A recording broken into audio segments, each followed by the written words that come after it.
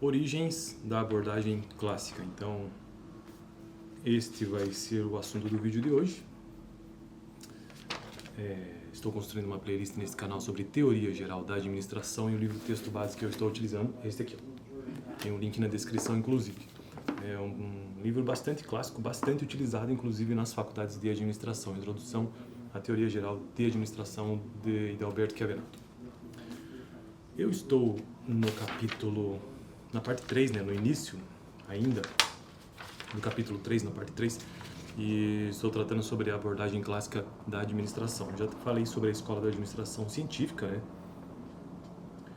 Taylor como sendo o seu autor mais conhecido, teoria clássica ou teoria anatomista e fisiologista da organização, tendo Fayol como seu teórico mais conhecido, e hoje, então, origens da abordagem clássica, que inclui, na verdade, essas duas escolas, tanto a escola da administração científica como a escola anatomista ou fisiologista da organização.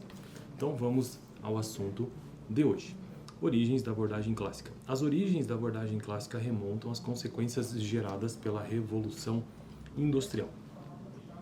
Tanto a primeira como a segunda Revolução Industrial, que é acontecida principalmente no contexto inglês. Primeiro ponto, o crescimento acelerado e desorganizado das empresas, ocasionando uma gradativa complexidade em sua administração e exigindo alguma abordagem científica que substituísse o empirismo e a improvisação então dominante.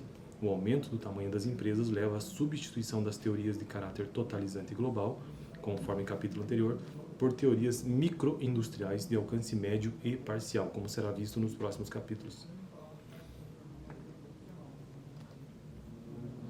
Junto à grande empresa, com dimensões mais amplas, surgem as condições iniciais de planejamento de produção, reproduzindo a improvisação. Bom, então esse primeiro ponto que ele coloca aqui como uma das origens da abordagem clássica por conta do próprio crescimento acelerado e desorganizado das empresas nesse contexto de revolução industrial. Imagine você que brotou do nada uma quantidade enorme de indústrias para todo lado.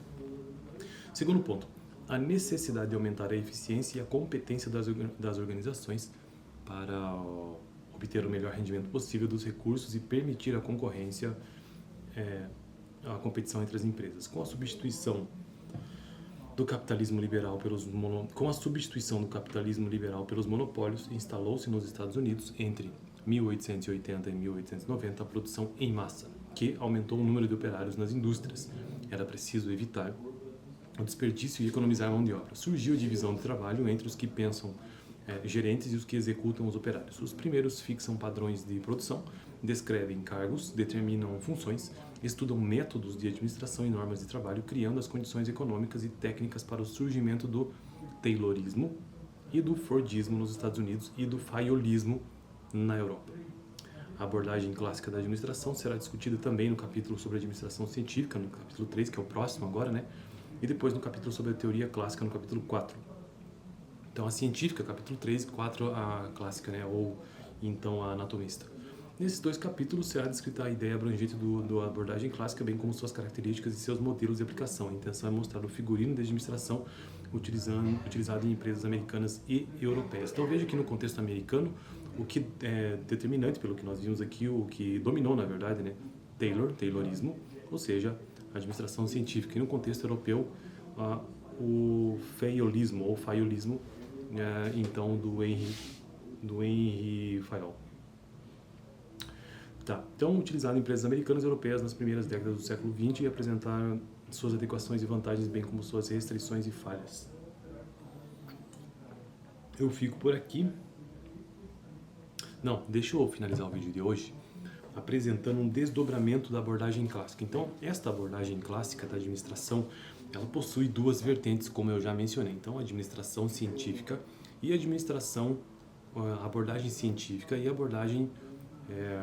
administração científica e a administração clássica, também conhecida como fisiologista da organização.